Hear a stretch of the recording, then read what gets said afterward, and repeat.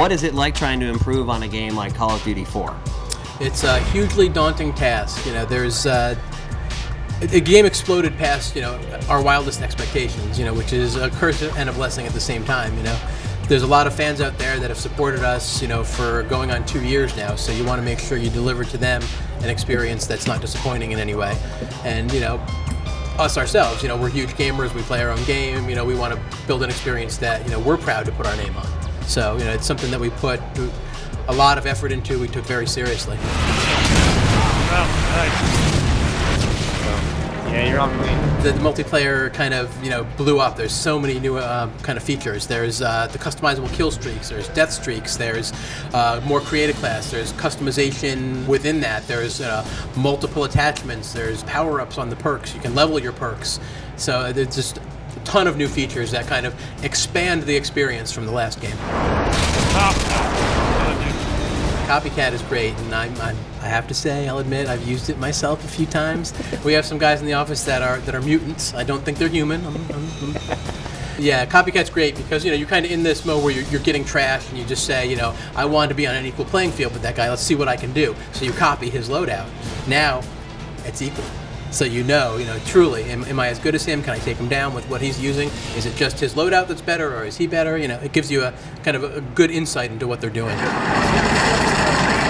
How do you make sure that all these things that you come up with actually end up working? It's a ton of trial and error. You know, we put things in and we change the way they work. And you know, with the riot shield, you can't shoot. So now you can melee with it. So if you get up close to somebody, you can use it as a weapon. But you know, you are limited in what you can do. So it's really well balanced, and it is really about playing the game, going through it, trying something. We're very iterative in what we do, in both the single player and the multiplayer. But it's, you know, especially important on that multiplayer, where you want to get in there and see what works and what doesn't and what feels right. It really is a lot of kind of feeling. It's driven by feeling and driven by kind of play. We don't put vehicles in the multiplayer. It's just not the focus of what we're trying to do. We're about that infantry combat, that, you know, smaller, close, kind of tight-knit experience where you can have good funnel points and have good flows through the map.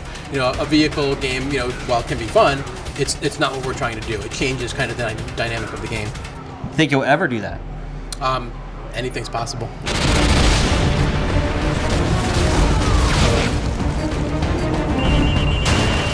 How many maps do you guys anticipate shipping the game with? A good amount. Over 12? There are a lot of fun maps. Have you reworked any of the old Call of Duty 4 maps for this game? There are a lot of fun maps. Do you have a couple map packs coming out exclusively for 360? Have you worked on anything like that on the Sony side?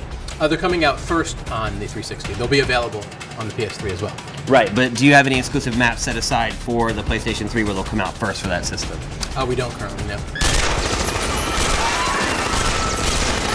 We're trying not to flood, you know, the market with media. We want there to be, you know, less things out there, but of better quality. So, you know, we want you to, anything you look at, it's not confusing. There's not 100 different versions of 100 different videos. It's just, you know, here's what the game is. You know, we have a few things out there that really explain what this game is and let people look at it and get the game.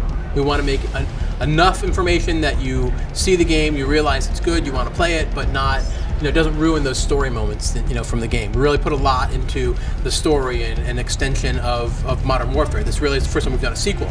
So we want that story to be, you know, pristine as possible to the players.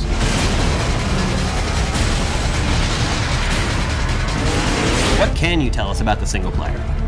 The single player is great. I mean, it's a sequel to the last game, which is great. So, you know, there's characters in it from the previous game. You know, you'll get to expand on some of those stories. You'll see how actions from the last game really affect the world and the state of what the world is in this game. So it's really, it's a great experience. It's an interactive action movie. I mean, it's just a fun, thrilling, emotional ride. Better than Call of Duty 4 single player? It is. Yeah? It is.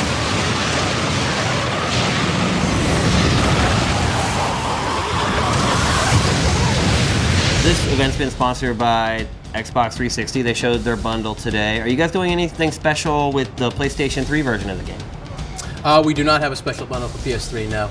You know, Microsoft came to us with this opportunity on the 360, and you know, we loved it. Was that all a decision made solely of Microsoft coming to you guys, or was that a decision that you guys made? We've partnered with Microsoft for, you know, various things, and you know, for the press conference at E3, for the hardware bundle, so they've just been a great partner to us, and that's how it worked out. Demo in the works? Right now we're working on kind of the last bug fixing, tweaking, tuning. So we'll see once we get from there. Kind of where we end up. What do you have to say to those people that are so dedicated to this franchise?